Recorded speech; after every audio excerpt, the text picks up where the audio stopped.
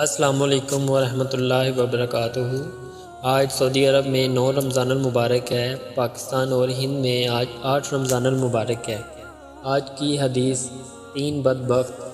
حضرت سیدنا جابر بن عبداللہ رضی اللہ تعالی عنہ سے مروی ہے کہ تاجدار مدینہ منورہ سلطان مکہ مکرمہ صلی اللہ علیہ وسلم نے ارشاد فرمایا، جس نے ماہ رمضان کو پایا اور اس میں روزے نہ رکھے وہ شخص شقی یعنی بدبخت ہے، اور جس نے اپنے والدین یا کسی ایک کو پایا اور ان کے ساتھ اچھا سلوک نہ کیا وہ بھی شقی یعنی بدبخت ہے، اور جس کے پاس میرا ذکر ہوا اور اس نے درود نہ پڑھا وہ بھی شقی یعنی بدبخت ہے۔